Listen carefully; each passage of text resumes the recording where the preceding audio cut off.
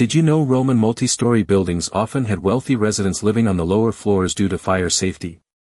When wandering the cobblestone streets of Ostia, Italy, a remarkably preserved Roman multi-story building caught my attention. While many insulae, as these types of buildings were known, are easily identifiable with their ground-level shops and bars, this particular structure lacked a sign.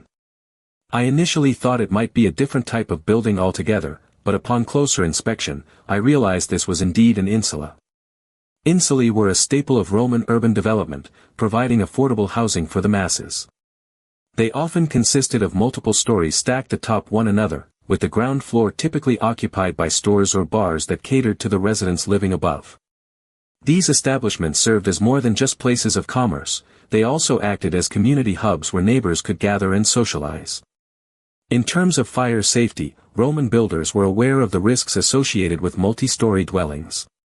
As a result, they made a conscious effort to construct the lower floors with sturdier materials, such as brick or stone, which were less prone to damage from fires. This design feature was particularly important in Roman cities, where fires were a common occurrence due to the close proximity of buildings and the prevalence of open flames in the form of cooking hearths and street lamps. Wealthier residents, who could afford to live in more comfortable and secure conditions, often opted for apartments on the lower floors of insulae.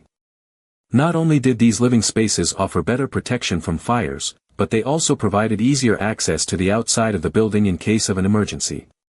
This was a practical solution, given the relative lack of advanced firefighting techniques during ancient Roman times. The wealthy residents of Ostia, for instance, often favored the lower floors of insulae for their residences. These individuals, who made their fortunes in various industries such as trade and commerce, could afford to live in style and comfort, away from the more crowded and potentially hazardous upper floors.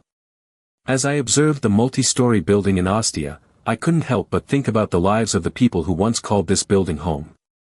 Were they local merchants who ran the shops on the ground floor, or perhaps wealthy traders who resided in the more secure lower apartments? Whatever their backgrounds, it's clear that this insula played a significant role in the daily lives of Ostia's residents. While the exact history of this particular building remains unknown, its presence is a testament to the ingenuity and resourcefulness of ancient Roman builders. By constructing insulae with fire safety in mind, they created a type of housing that was both practical and affordable, allowing for the growth and development of urban centers throughout the empire. As I continued to explore the building, I noticed the various details that made it stand out from other insulae. The use of arched windows and doors, for instance, allowed for greater natural light and ventilation, making the living spaces more comfortable for residents. The building's layout, with its narrow corridors and multiple stairways, also facilitated easy movement between floors, reducing the risk of congestion in case of an emergency. In conclusion, the Roman multi-story building in Ostia is a fascinating example of ancient Roman architecture and urban planning. Its design, which prioritized fire safety and community space, offers valuable insights into the daily lives of the people who once called this building home. By examining this structure, we can gain a deeper appreciation for the ingenuity and resourcefulness of ancient Roman builders, who created a type of housing that was both practical and enduring.